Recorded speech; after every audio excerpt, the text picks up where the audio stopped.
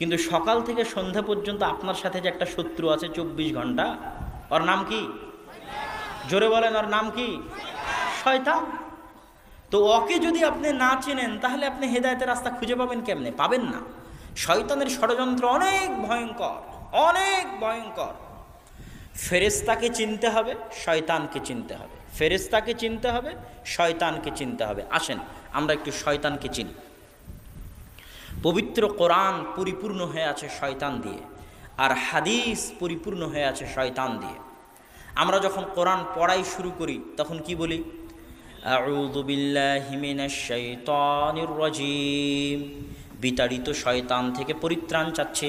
আচ্ছা, শয়তান যদি নাই থাকবে, শয়তান যদি কাল্পনিক কিছু হবে, তাহলে কোরআনের মতো একটা পবিত্র গ্রন্থ পড়তে সারা জীবনে হাজারবার লাখবার খালি শয়তান থেকে পরিত্রাণ চাই, শয়তান থেকে পরিত্রাণ চাই, শয়তান থেকে পরিত্রাণ চাই, এটা কি পাগল ধর্ম নাকি?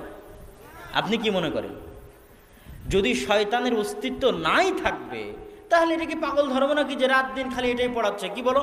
আউযু বিল্লাহি মিনাশ শাইতানির রাজীম। বিতাড়িত শয়তান থেকে পরিত্রাণ চাই। তো শয়তান তো অবশ্যই এমন ভয়ঙ্কর কিছু, এমন ভয়াবহ কিছু, এমন ভয়ানক কিছু, আপনার কল্পনার চাইতে, আপনার চিন্তার চাইতে, আপনার ভাবনার চাইতে ভয়ঙ্কর এবং ভয়ানক কিছু। এত ভয়ানক, এত ভয়ঙ্কর যে 24 ঘন্টা আপনাকে পড়তে হচ্ছে আউযু বিল্লাহি মিনাশ শাইতানির রাজীম। না কি বলেন? আপনি কি মনে করেন? যদি এত ভয়ঙ্কর না হয় এত গুরুত্ব দিয়ে বলার কি দরকার? এত গুরুত্ব দিয়ে বলার প্রয়োজন নাই তো। কোরআনে সব জায়গায় আল্লাহ সুবহানাহু ওয়া তাআলা বলছে তোমাদের সবচেয়ে বড় শত্রু শয়তান, তোমাদের মহাশত্রু শয়তান, তোমাদের ভয়ঙ্কর শত্রু শয়তান। কেন শয়তান ভয়ঙ্কর শত্রু? আল্লাহ পবিত্র কোরআনে শয়তানের কিছু ওয়াদা উল্লেখ করেছে, শয়তানের শপথ। ওয়ালা উযিল্লান্নাহুম ওয়ালা উমান্নিয়ান্নাহুম ওয়ালা আমুরান্নাহুম, কোরআনের আয়াত। শয়তানে শপথ করছে যে অবশ্যই আমি মানুষকে পথভ্রষ্ট করবই করব। ওয়ালা উযিল্লান্নাহুম, অবশ্যই আমি মানুষকে পথভ্রষ্ট করেই ছাড়ব। ওয়ালা আকুদান্নাহুম সিরাতাকাল মুস্তাকিম, মানুষ সিরাতে মুস্তাকিমে যেন চলতে না পারে, এই জন্য সিরাতে মুস্তাকিমে চলার ক্ষেত্রে মানুষের রাস্তায় আমি শয়তান বাধা দিব তার ডান দিক থেকে, আমি শয়তান বাধা দিব তার বাম দিক থেকে, আমি শয়তান বাধা দিব তার সামনে থেকে, আমি শয়তান বাধা দিব তার পিছন থেকে। এগুলো কোরআনের আয়াতে আল্লাহ বর্ণনা করতেছেন। কার শপথ? জোরে বলেন, কার শপথ? শয়তানের শপথ। তো শয়তান যদি কাল্পনিক কিছু হয়, আর মানুষ যতই আপনি বলেন আমি শয়তানে বিশ্বাস করি, কেউ শয়তানে বিশ্বাস করে না। যতই বলেন ফেরেশতায় বিশ্বাস করি, আসলে কেউ ফেরেশতাতে বিশ্বাস করে না। মানুষ যদি শয়তান আর ফেরেশতাকে জানতো, মানুষ কোনোদিন গুনাহই করতো না।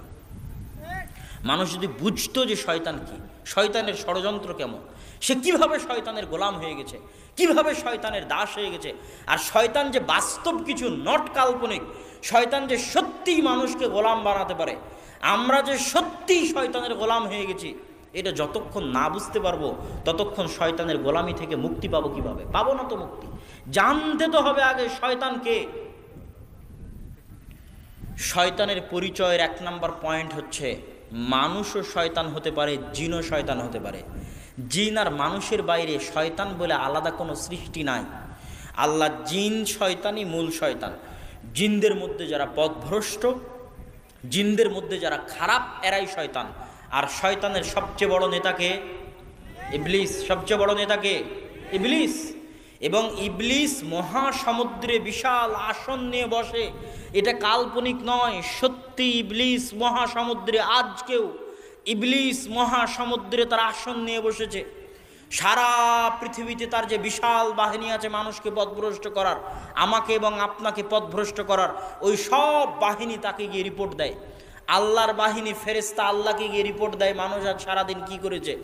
আর ইবলিসের বাহিনী শয়তান গিয়ে ইবলিসকে রিপোর্ট দেয় কতজন মানুষকে গান শুনিয়েছে, কতজন মানুষকে জেনায় লিপ্ত করিয়েছে, কতজন মানুষকে দিয়ে এই গুনাহ করিয়ে নিয়েছে। তখন ইবলিসের কাছে সবচেয়ে দামি গুনাহ হচ্ছে স্বামী স্ত্রীর মধ্যে তালাক করিয়ে দেওয়া, সবচেয়ে দামি কাজ। পৃথিবীতে ফাসাদ সৃষ্টি করার, পৃথিবীতে ফিতনা সৃষ্টি করার সবচেয়ে দামি কাজ স্বামী স্ত্রীর মধ্যে বিচ্ছিন্নতা করিয়ে দেওয়া। এটাতে ইবলিস সবচেয়ে খুশি হয়, তার সাথে উঠে গিয়ে